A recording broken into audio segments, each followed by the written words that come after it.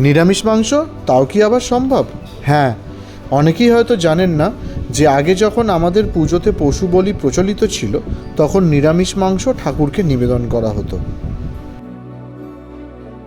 নিরামিষ মাংস মানে পেঁয়াজ রসুন ছাড়া রান্না করা মাংস, হিং, গরম মশলা, আদা বাটা আর মৌরি, এই দিয়েই আমাদের নিরামিষ মাংস তৈরি হয়। প্রতি বছর এই সময় পুজো পুজো ভাবটা আকাশে এবং চারিদিকে কেমন যেন ছড়িয়ে পড়ে। পুজো আসছে বলে একটা দারুণ অনুভূতিও হয়।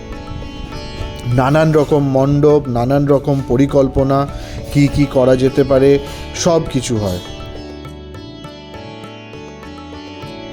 এবছর বিশেষভাবে সিঙ্গাপুর ইন্ডিয়ান পুজো অ্যাসোসিয়েশনের কথা বলতে চাই। এই ভিডিওটি তাদেরই জন্য এবং তাদের সৌজন্যে। ঠিক যেমন পুজো সবার জন্য, এই প্রতিষ্ঠান কোনো ডিসক্রিমিনেশন রাখে না। এরা সবাই বিশ্বাস করে আমরা সবাই রাজা, আমাদেরই রাজার রাজত্বে। এর চেয়ে ভালোভাবে সম্পন্ন পুজো আর কি হতে পারে? আপনাদের সবাইকার পুজো ভালো কাটুক। আমাদের তরফ থেকে শারদীয়ার প্রীতি ও শুভেচ্ছা।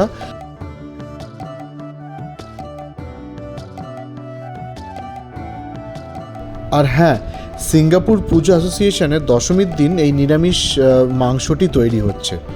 আপনারা চাইলে গিয়ে চেখে দেখতে পারেন। সব ডিটেলস নিচে রইল।